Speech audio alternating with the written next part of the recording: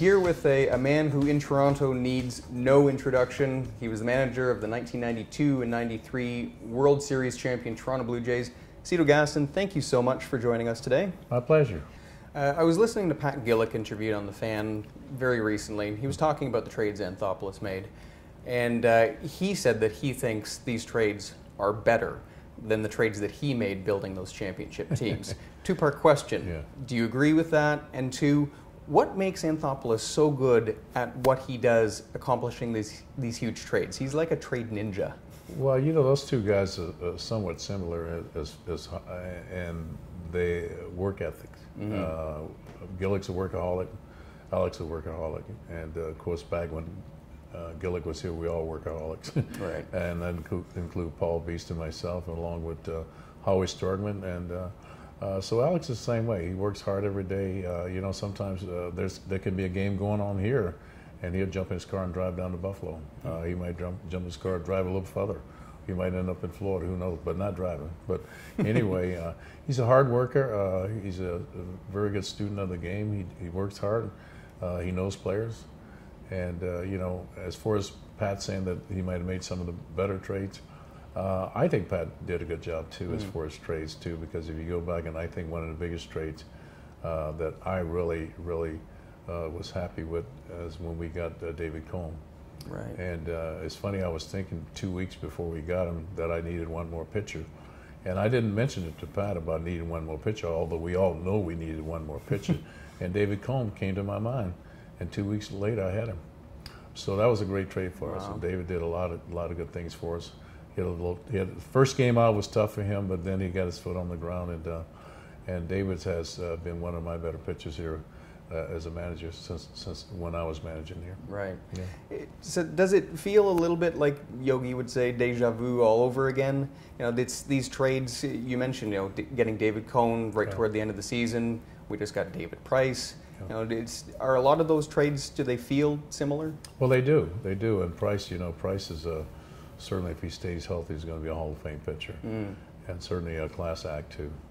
And getting him is just going to, you know, one of those things, if you get into a losing streak, he'll come along and snap it off for you. Right. Yeah, it feels that way. It feels that way again. I think right now, if we stay healthy, we've improved ourselves as far as defense in the outfield, and then also probably in the infield, too.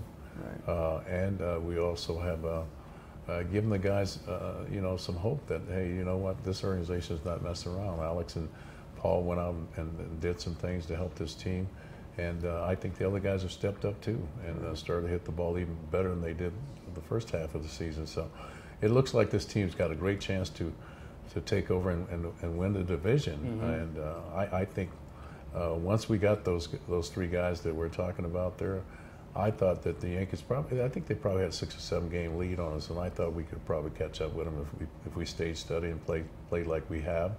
It's still a long way to go. Yankees is a great team, great organization, veterans on that team. So you can't just slack up. You got to keep going every day. And we'd love to win this division, because it certainly would make it a little bit easier than playing one game as opposed to playing a few more games and having a chance. But you know, either way, I think our guys are going to do a great job the rest of the season. Right. You mentioned David Price. What do you think the chances are of the Jays re-signing him after this year? Well, I think it's going to be up to David, you know, and I would actually hope that we do have a chance to sign him back, because he certainly will help this team again next year and for a few more years, because I think this team's still going to be a quality team for years to come. And I guess it's just going to be up to David and what he wants to do, if he wants to stay here, and if the team can afford to keep him here. It's hard to say, but I love to see it happen. Right. Yeah. The Jays haven't been in first like they are today this late in the season since 1993. Do you see any similarities between today's team and either of the championship teams? Well, you know, all those teams are different. The first team, 1992, we pretty much had a complete team. You know, we had everything. We had from defense, and defense is very important. From defense, from pitching, we played seven inning ball games back then because of our bullpen, and it's starting to look that way here too, this year. And then you go to 93. We lost a lot of players. I don't know if anyone knows, we switched 14 players that year. But we did have 3 guys that finished first, second, and hitting that year. So we kind of overpowered people that year more so than outpitched them because our starting staff wasn't as good as it was the year before. So this team here has all those qualities, but a little different qualities too. As a little different quality as far as you know, the players that you have on this team. We don't have the speed that we had back then, but we do have some speed. But we have 3 or 4 guys on that team can, as they say, lead the ballpark at any time, and so it makes it a different ball club all the way around. You know, I can go back as far as 85. 85, we won 99 games. That was quite a ball club too. That's right. And it was a different team. It's hard to compare them, but no more than saying that they're good teams and certainly have a chance to win. Fair enough. Let's talk for a couple of minutes about mentorship, if we can. I was speaking with Jim Mudcat Grant, and he was telling me about playing for the 54 Indians and getting an opportunity to room with the great Larry Doby. Yeah. And he said that that had the most positive impact on his career. And in fact, Larry Doby was his childhood idol. Yeah. When you were playing, you got to room with Hank Aaron. Yeah. What was that like, and how much of an impact did that have on your career? That's amazing you said that because he was my childhood idol too, and I owe so much to this game, and I've had a great life as far as baseball and other things too. But to get to room with your childhood idol, and the only thing I regret is that I didn't talk to Hank about hitting in that room. I always figured if I started at the bottom, he'd kick me out of the room. I was just happy to be in the room with him, but he taught me how to be a man. He taught me how to stand on my own. He also taught me how to tie a tie. Wow. And Hank was the guy that got me back into this game. I was out for a couple of years, and Hank was the farm director for the Atlanta Braves, and he called me 3 times. And every time he called, he said, "Would you come and work with me?" And the 3rd time I said, okay, and it was probably the best thing ever happened to me that I did get back into the game. But what a guy he is, and what a proud man he is. And to watch him play, I was fortunate enough to play on the same team with him and watch him hit. It was unbelievable. I've never seen anyone hit the ball that hard that often. And you know, sometimes he go for 4, it'd be 4 line drives.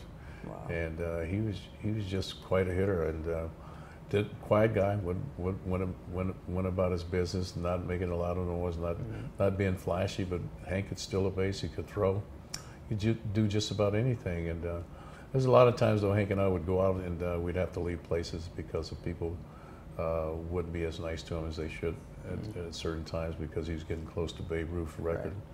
Right. But it was a pleasure for me to room with him, and I just regret one thing, that I didn't talk to him about hitting until I started to work with him. And I could have been a much better hitter if I had talked to him sooner, I'm pretty sure. Now, you also, at a certain point in your career, roomed with Dave Winfield. Yeah. Did you provide any mentorship for him?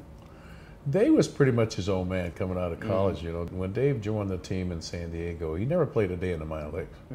He joined the team in San Diego, and he had big, you know, Dave's 6'7", 6'8", or whatever, and he had long arms, and he chopped the ball. We used to tease him a little bit. He hit the ball on the ground and run like crazy.